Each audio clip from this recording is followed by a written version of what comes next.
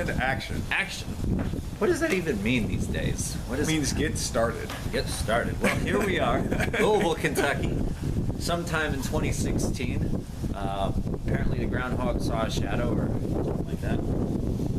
Yeah, 6 more weeks. Winter. Yeah, 6 more weeks of winter, which is perfect for our topic because we are discussing the usefulness of prana, the usefulness of cosmic energy, the usefulness of chi.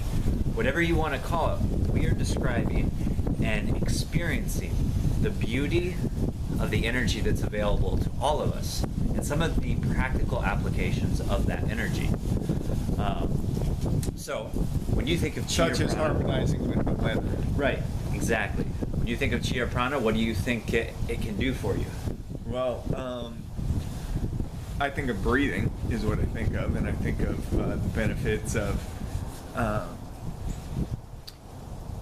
controlling the breathing and harmonizing with the environment, which,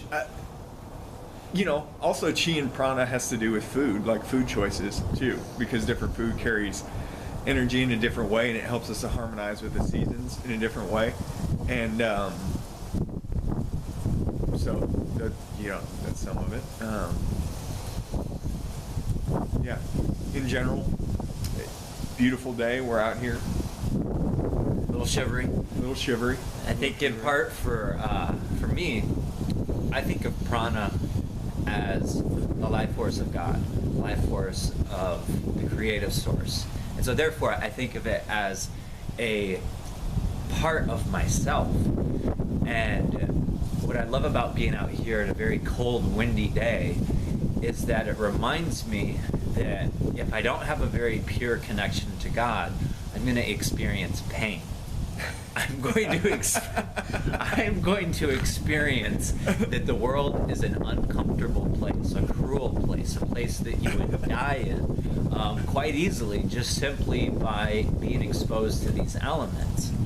And yet if I can feel that warmth of the Creator, it changes it. I'm here, and it's like God's all around me, and it's like it doesn't sting me as much anymore. This is interesting because I was thinking about this the other day. I was in a restaurant there working, and I stepped outside, and I was just in my uniform, and it was like 9, 10, 11 degrees outside, and brisk, they say. Yeah, and I was thinking about how I was very comfortable because it was warm and stuffy inside the building, and how nice it is to step out into the fresh air. And then I realized that I was like noticing that part of the reason I was comfortable is that I knew that the door was only 5-6 feet away. And so it's funny. Well, it's funny because it's so funny because, and I think that this is key to mind mastery and harmonizing with elements and people who are able to, such as Wim Hof, who you should check out,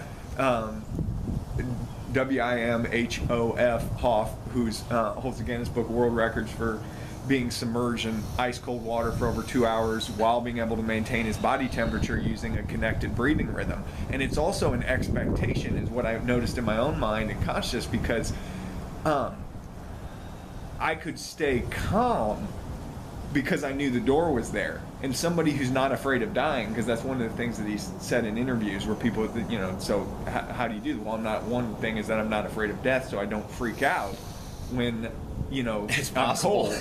when the thought comes into my mind that I could freeze to death, which is often what happens is the thought comes into their mind that I'm going to freeze to death unconsciously in fight or flight, and then they start to respond to their thought. Right. And so the action of,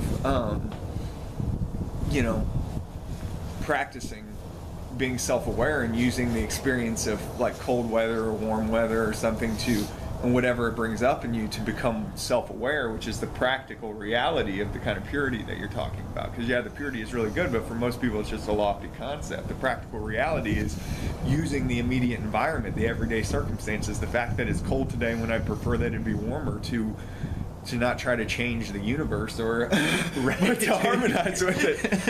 Let me tell you how to do it there. I'll give it to you. I'll show you a thing or two. Woo-wee!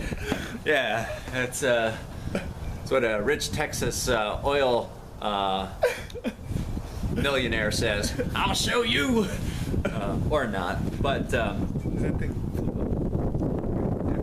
yeah, well, it seems that we are coming to a close of our first segment? It's a multi-segment. Yeah, we'll be back. So thank you, Rory, for having me. You're welcome. It's good to be with you today. I don't know what we're doing this with exactly, but we'll call it the Metaphysics Hour until something else comes up. Metaphysics Hour, I like that. Very good. All right. Be blessed, y'all, and we'll see you soon.